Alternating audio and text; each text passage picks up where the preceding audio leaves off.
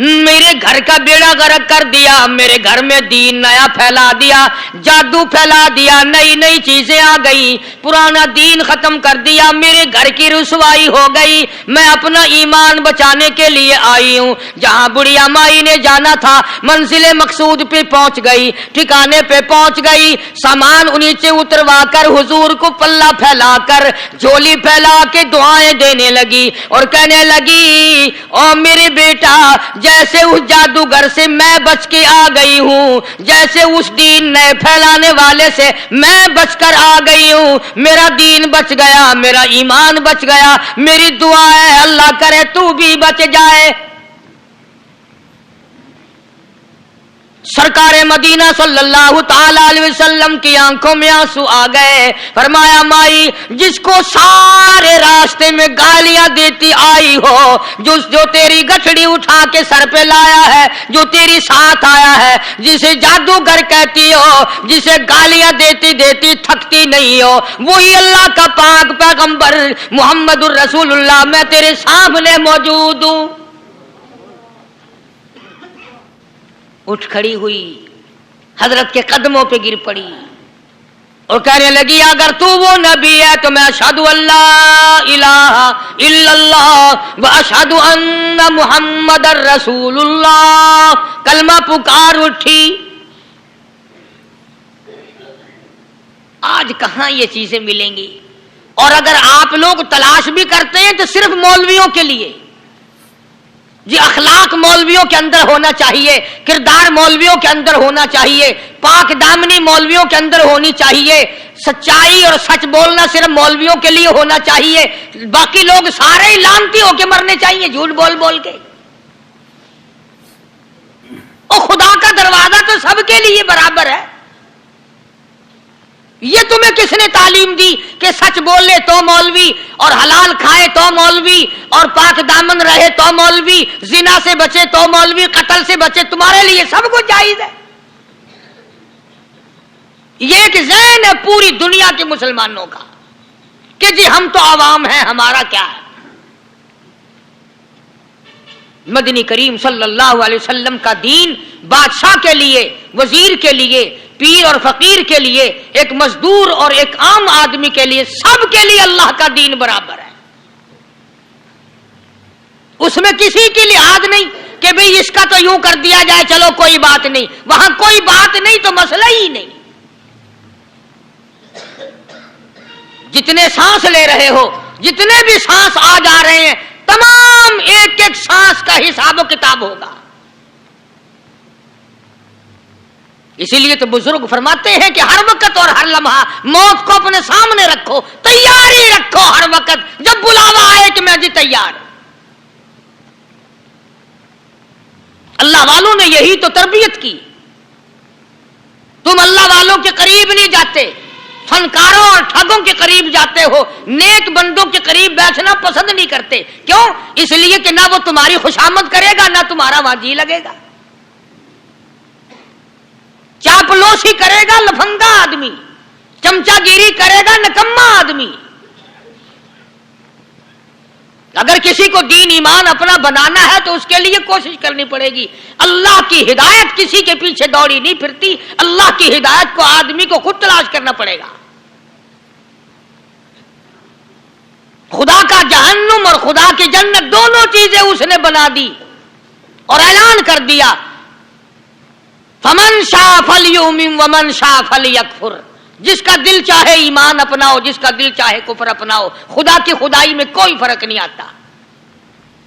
ساری دنیا اگر کفر سے بھر جائے تو خدا کی شان میں ایک ذرہ برابر فرق نہیں آتا، اور ساری دنیا اگر پارسار متقی پرہیزگاروں کی بن جائے تو خدا کی شان میں کوئی اضافہ نہیں ہوتا۔ یہ تو بندہ جو کچھ بھی کرتا ہے اپنے لیے کرتا ہے۔ بازار میں جاؤ، جس کے پلے پیسہ ہو وہ جو چاہے سودا خرید لے، بس یہی بات ہے۔ قیامت میں بازار لگے گا، جس کے پاس نیکیاں ہوگی جنت ملے گی، ورنہ لعنت کے دریا میں ڈوب کر جہنم میں جائے گا۔ کوئی کسی کو نہیں بلا سکتا۔ فرمایا اولئک الذین اشتروا الضلالۃ بالہدی، فرمایا یہ وہ لوگ ہیں جنہوں نے گمراہی ہدایت کے بدلے خرید لی. اللہ تعالیٰ نے ہدایت دی، قرآن دیا، ایمان دیا، دین دیا، اسلام دیا، مدنی کریم صلی اللہ علیہ وسلم کی عظمت ملی، محبت ملی، اللہ کے پاک پیغمبر نے سب کچھ حوالے کر دیا، اور آج اس کے بدلے میں گمراہی خرید لی. قرآن اعلان کرتا اولئک الذین اشتروا الضلالۃ بالہدی، یہ ہے وہ لوگ جنہوں نے گمراہی کے بدلے ہدایت کے بدلے گمراہی خریدی.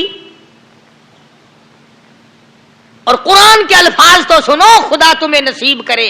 کس وقت خریدی؟ فرمایا فما ربحت تجارتہم وما کانوا مہتدین.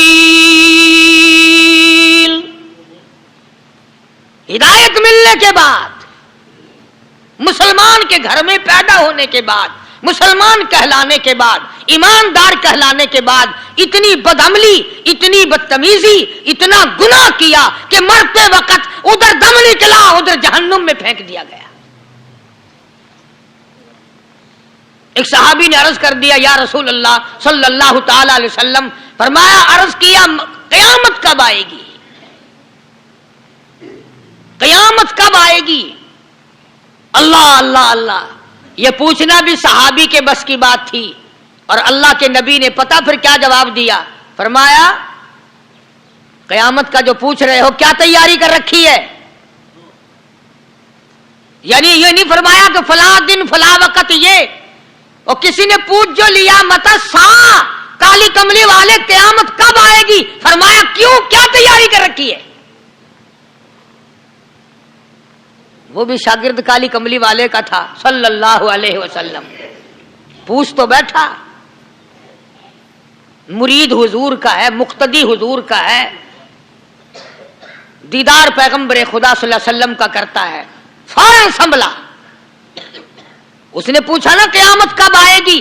اللہ کے نبی نے جلال میں فرمایا کیا تیاری کر رکھی ہے؟ سارے کون ہے سبحان اللہ. صحابی ایسا سنبھلا، کہنے لگا آقا میرے پاس تیری محبت کے سوا اور کیا ہے؟ اللہ اکبر اللہ اکبر، کیا جواب دیا ہے؟ کہتا ہے آقا میرے پاس تیری محبت کے سوا اور کیا ہے؟ تم جیسا ہوتا تو کئی روزوں کا سہارا لگاتا، کوئی نمازوں کی بات کر کے کھو دیتا، کوئی سخاوت کی بات کر کے کھو دیتا. کیا جواب دیا ہے صحابی نے؟ تمہارے میرے دماغ میں بھی کبھی نہیں آیا ہوگا ساری عمر میں. کہتا کالی کملی والے میرے پلے تیری محبت کے سوا اور کیا ہے؟ صحابہ کہتے ہیں حضور صلی اللہ علیہ وسلم نے جو یہ الفاظ سنے مسکرا دیا. تو آج ہمارے پلے کیا تیاری ہے؟ رات دن قرآن کہتا ہے تیاری کرو تیاری کرو، وقت آیا وقت آیا، آیا وقت قیامت، آئی موت، آیا وقت، لیکن پھر بھی کوئی تیاری نہیں. اس لیے قرآن کریم للکار للکار کے کہتا ہے قل متاع الدنیا قلیل، دنیا بہت تھوڑے دنوں کا سودا ہے، سمجھ لو. صبح آئی کہ نہ آئی، شام آئی کہ نہ آئی، آیا وقت. قرآن کریم نے ہر ممکن طریقے سے مسلمانوں کی تمام زندگی کے شعبہ جات کو پورا کرنے کے لیے لاہ عمل دیا. میں ایک رخ آپ کو آج دینا چاہتا تھا، اور وہ یہ کہ نبی پاک صلی اللہ تعالی علیہ وسلم نے اس امت کے سامنے کس قسم کے نمونے نہیں رکھے. اخلاق و کردار میں سے کون سی بات حضور صلی اللہ علیہ وسلم نے چھوڑی؟ ہم اپنا پیٹ پہلے بھرتے ہیں، دوسرے کے لیے اگر سوچتے بھی ہیں تو وہ بھی بعد میں. یہاں معاملہ کچھ اور ہے. غزوہ خندق کا زمانہ ہے، مسلمانوں پہ بڑی تنگی اور بڑی پریشانی کا وقت ہے. یہاں تک کہ صحابہ کرام رضوان اللہ تعالی علیہم اجمعین کی جماعت کہتی ہے کہ حضور صلی اللہ علیہ وسلم کو صحابہ کرام نے دیکھا ایک صحابی آپ کے سامنے حضور کے سامنے آیا اور اس نے اپنا کرتا اپنے پیٹ سے اٹھایا. اس نے بھوک کی وجہ سے اپنے پیٹ پہ ایک پتھر باندھا ہوا تھا. صحابہ کرام دیکھ رہے تھے. اس کے دیکھتے دیکھتے امام الانبیاء محبوب کبریا حضرت محمد مصطفیٰ صلی اللہ تعالی علیہ وسلم نے رحمت والے ہاتھوں سے جب اپنا کرتا اٹھایا, صحابہ کرام کی آنکھوں نے دیکھا حضور کے پیٹ پہ 2 پتھر بندھے ہوئے تھے. آج کتنا کھاتے ہو پھر بھی نہ شکری, کتنا پیتے ہو پھر بھی نہ شکری, کتنا کچھ کھانے کو مل رہا ہے پھر بھی نہ شکری, کچھ نہیں کچھ نہیں. حضرت جابر رضی اللہ تعالیٰ عنہ نے جب یہ منظر دیکھا, یہ حالت دیکھی, رہ نہ سکا. صحابی فوراً دوڑا اور دوڑا دوڑا گھر گیا. گھر بیوی کو جا کے کہنے لگا غضب ہو گیا, تمائی ہو گئی, کمال ہی ہو گیا. حضور صلی اللہ علیہ وسلم کو اتنی بھوک ہے, اتنا فاقہ ہے کہ آپ نے اپنے پیٹ مبارک پہ 2 پتھر باندھے ہوئے ہیں. بیوی کہنے لگی جلدی جا کر کے حضور صلی اللہ علیہ وسلم کی دعوت کراؤ, ہم کھانا کھلائیں گے. یہ 2 شیر ہوں 1.5 شیر ہوں, یہ جو ہے یہ بکری کا بچہ ہے, ہم اسے ذبح کرتے ہیں, بہت جلدی تیار کرتے ہیں, میں ان کو پیستی ہوں اور تم جاؤ جا کے دعوت کا کہہ آؤ. حضرت جابر رضی اللہ تعالی عنہ حضور کریم صلی اللہ علیہ وسلم کی خدمت عالیہ میں آئے. چونکہ کھانے کی مقدار, آٹے کی مقدار بڑی تھوڑی تھی, حضور کے کان کو منہ لگا کر کے حضرت جابر نے کہا کہ یا رسول اللہ صلی اللہ علیہ وسلم, ایک تو آپ اور ایک یہ صحابی جس نے پیٹ پتھر باندھ رکھا ہے, اور اگر آپ کے علم میں ہو 1-2 اور ایسا ہی جو زیادہ بھوکا ہو, میرے گھر میں دعوت ہے, چلو. آپ لوگوں کا کھانا میرے یہاں ہے, ایک تو آپ اور یہ کہ یہ جو ہم نے دیکھا پیٹ میں بکری پتھر باندھے پھر رہا ہے, کمر سیدھی نہیں ہو سکتی, اور ایک آدھا اور اسی قسم کا جو زیادہ تنگ ہو رہا ہو. جابر نے تو اتنی بات کہی, حضور کریم صلی اللہ تعالی علیہ وسلم ایک بہت بڑے پتھر پہ کھڑے ہو گئے اور اعلان کر دیا تمام کا تمام لشکر چلے, سب کی جابر کی گھر دعوت ہے. سارے کا سارا لشکر چلے, ساری فوج, بلکہ اعلان کر دیا چلو سارا مدینہ چلے. حضرت جابر رضی اللہ تعالیٰ عنہ وہیں تو کھڑے تھے, بس قدموں کے نیچے سے زمین نکل گئی کہ یہ کیا بنا. کھانا تو 2-3-4 آدمیوں کا مشکل بنے گا, یہ 12,000 سے زیادہ بڑا لشکر ہے اور آپ نے سب کو اعلان کر دیا, اب کیا بنے گا. حضرت جابر دوڑے دوڑے پریشانی کے عالم میں گھر گئے. گھر والی کو کہنے لگے کہ کام خراب ہو گیا. بیوی کہنے لگی کیوں؟ انہوں نے کہا میں نے تو اللہ کی بندی ایک تو حضرت کی دعوت کی تھی اور ایک وہ دوسرا جو پیٹ پتھر باندھے ہوئے آیا تھا, اور میں نے عرض کیا تھا کہ 1-2 اور اسی طرح کا جو زیادہ تنگ ہو رہا وہ دعوت ہے. حضور نے تو سارے لشکر کو اعلان کر دیا کہ چلو جابر کے گھر دعوت ہے. سبحان اللہ. کبھی کبھی عورتیں بھی ایسی بات کر دیتی ہیں جو مردوں کو نہیں آتی,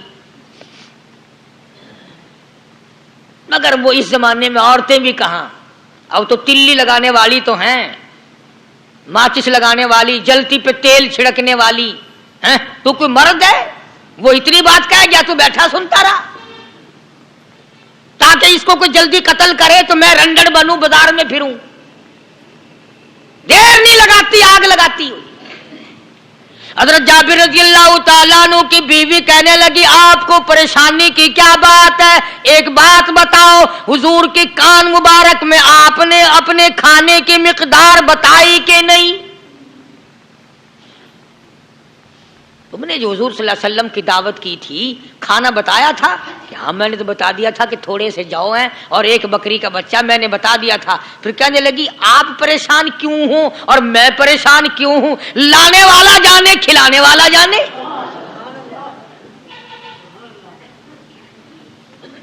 ہمیں پریشانی کی کیا بات ہے اس میں؟ بھئی دعوت ہم نے تو حضور کی دعوت کی اور حضور نے سارے لشکر کی ہم نے تو نہیں کی نا.